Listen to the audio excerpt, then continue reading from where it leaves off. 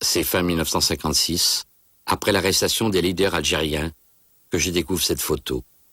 Je crois encore à des bavures, mais je ne comprends pas que nos élites ne sanctionnent pas les officiers responsables de ces atrocités. Naïf, je n'imagine pas que les autorités couvrent les militaires afin de garder l'Empire français.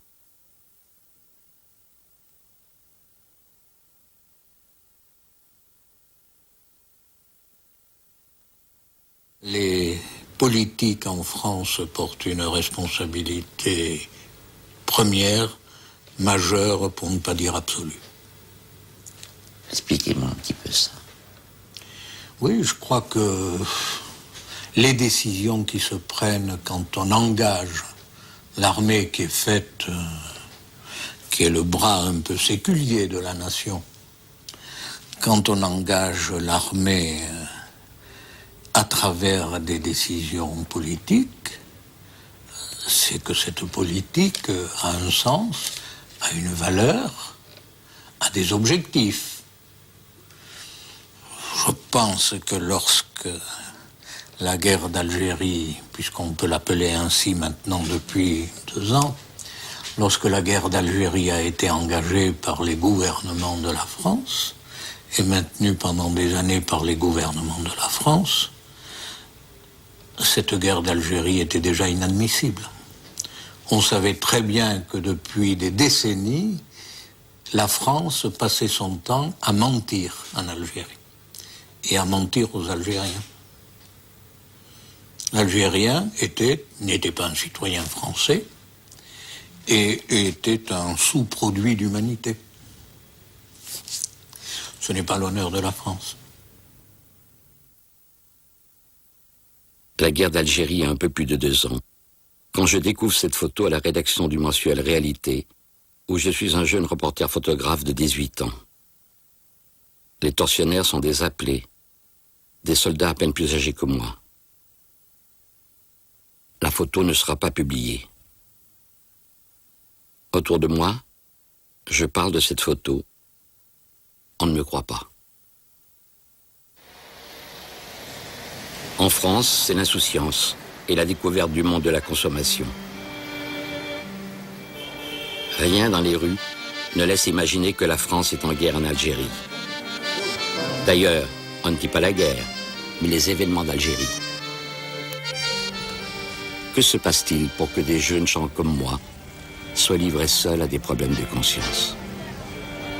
Quelle est cette démocratie qui permet les pires violations des droits de l'homme en Algérie?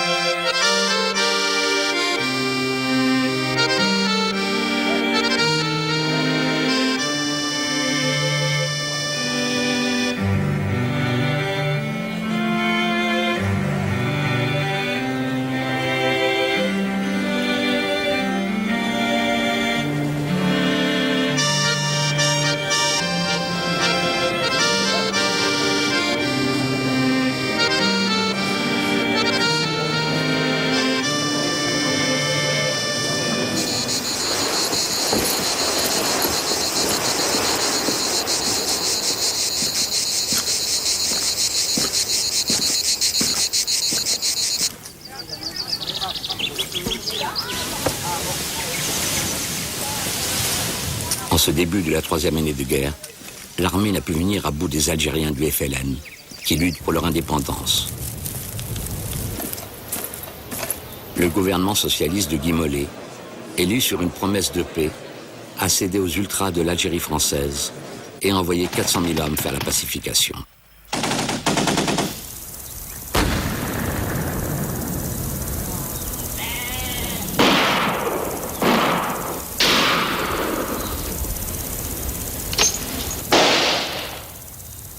Les soins à la population, les efforts de scolarisation vont de pair avec une répression atroce.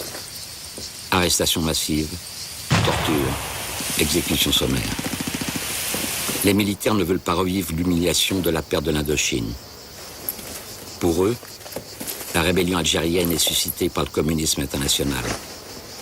Ils se doivent de gagner cette guerre à tout prix, jusqu'à saboter des chances de paix. Pour mettre fin à des contacts secrets entre le gouvernement et le FLN, l'armée n'a pas hésité le 22 octobre 1956 à détourner l'avion des leaders algériens et mettre le président du Conseil, Guy Mollet, devant le fait accompli. Guy Mollet, manifestement, il a été estomaqué, il a blêmi, il a compris dans quelle situation on le mettait. Il n'était donc pas dans le coup. Guy Mollet est victime de l'ambiguïté de sa politique. En 1956, il a fait voter les pouvoirs spéciaux qui ont permis aux militaires de ne pas s'encombrer des garanties juridiques de liberté individuelle. Mais il a aussi entrepris des négociations secrètes avec le FLN. Cette guerre a duré 6 ans de plus par entêtement du côté de la France, de l'armée notamment. Et aussi de la faiblesse du gouvernement français, des gouvernements français, n'est-ce pas? Janvier 1957.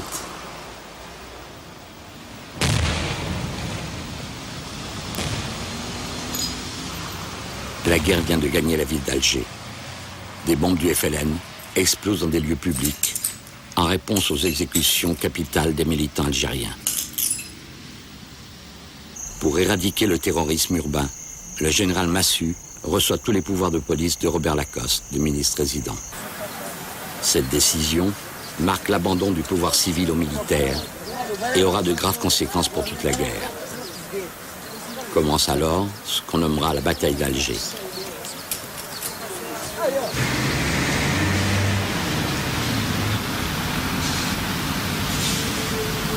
Le général Massu donne l'ordre à ses parachutistes de se substituer aux policiers. Le quadrillage des quartiers, le renseignement et la torture deviennent les armes des paras.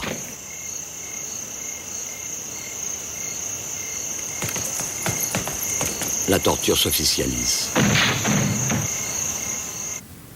Seul, parmi les officiers supérieurs, le général Jacques Paris de Bollardière s'oppose publiquement aux directives de Massu.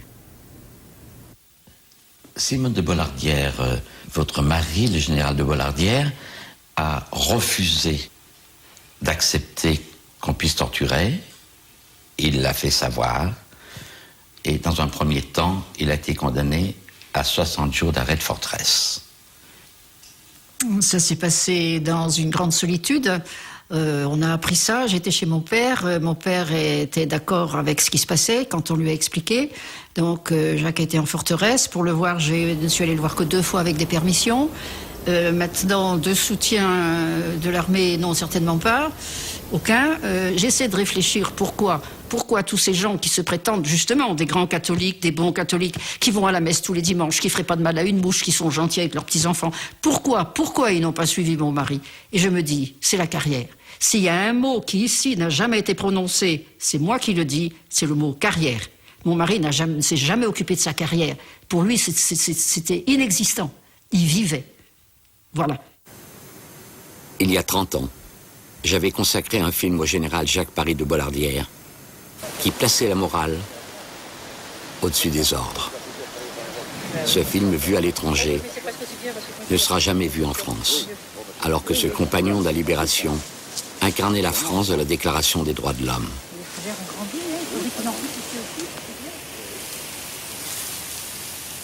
Alors j'ai donc eu un entretien avec Massu, très difficile, car sa position était inébranlable. Et dans la passion de cet entretien, je crois que j'ai terminé cette conversation en lui disant que je méprisais le type d'action qu'il préconisait. Et j'ai ensuite vu tous les échelons de la hiérarchie, puis M. Lacoste, qui m'a confirmé qu'on attendait de moi que je ne fasse pas de complications et que je laisse travailler les parachutistes de Massu. À ce moment-là, j'ai donc demandé à être relevé de mon commandement. Pratiquement, je n'étais qu'un exécutant. Cet excellent Bollardière m'a appris un parti comme si j'étais le promoteur de cette politique, mais c'est absolument inexact, n'est-ce pas? Je n'étais qu'un exécutant, je n'ai fait qu'exécuter les ordres de mes chefs. C'est en réalité le terrorisme, surtout, et le terrorisme urbain qui nous a amenés à, si vous voulez, à sortir de la légalité, et à sortir même à employer des procédés que je n'approuve pas du tout, mais que j'ai considérés à ce moment-là, exceptionnellement, comme, dans certains cas, nécessaires. Ça, je le reconnais parfaitement, c'est-à-dire pour ça que dans mon livre, je ne m'en suis pas caché. Bollardière m'a dit que c'était inadmissible. Hein, qu'est-ce que vous voulez? De temps en temps, il faut se salir les mains.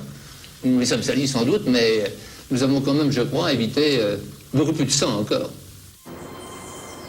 La Villa Cézini est un des centres d'interrogatoire, d'humiliation. Avant la bataille d'Alger, des officiers prenaient l'initiative eux-mêmes de torturer. Désormais, c'est le ministre résident Robert Lacoste qui l'autorise. C'est lui qui ordonne au général de Bollardière de ne pas s'opposer aux pratiques des paras.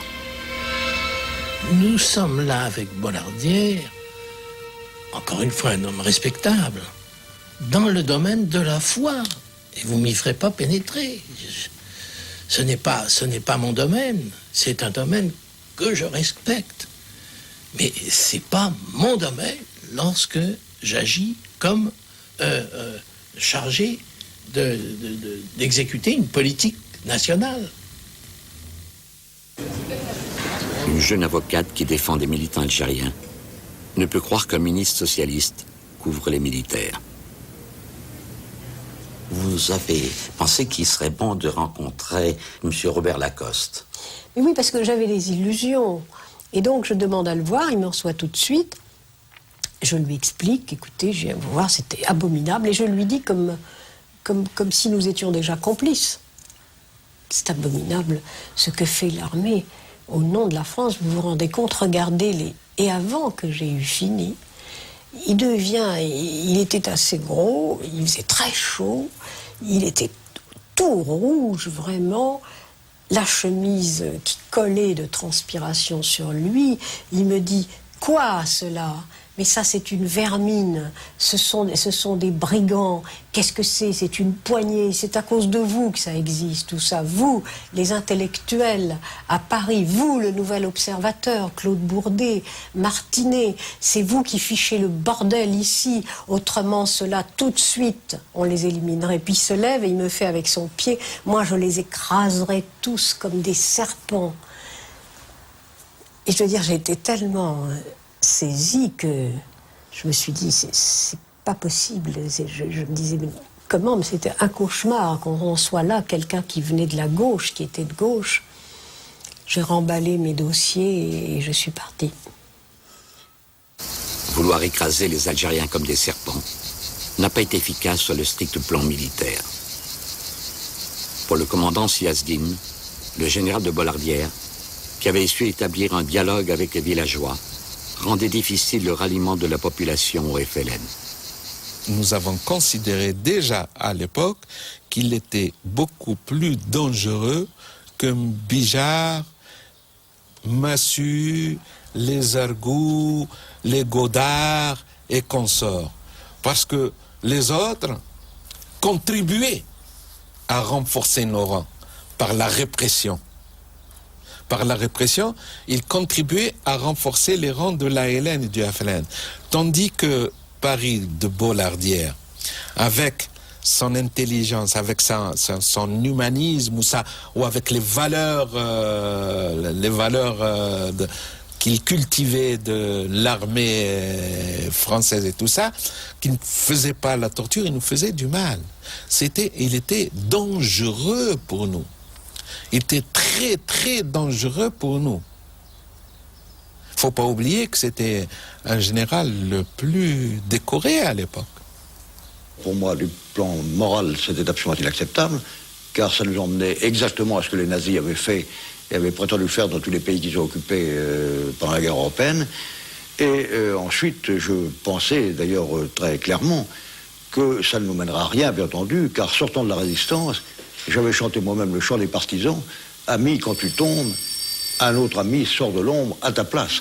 Et je savais très bien qu'on n'arriverait absolument pas à démanteler les réseaux terroristes et que nous courions là à un échec et à une prise de conscience de plus en plus grande par tout le peuple algérien de la nécessité pour lui de se rendre indépendant et de se rallier au FLN. Comme de Bollardière, Paul Tedjen, le secrétaire général de la préfecture de police, démissionne pendant la bataille d'Alger. Il a constaté la disparition de plus de 3000 prisonniers. Cet ancien résistant, torturé et déporté, déclare « Nous sommes bel et bien engagés dans une systématisation de la torture. Nous avons commis des crimes de guerre. » La bataille d'Alger et les méthodes employées inquiètent de plus en plus la communauté internationale. Le FLN intensifie son action politique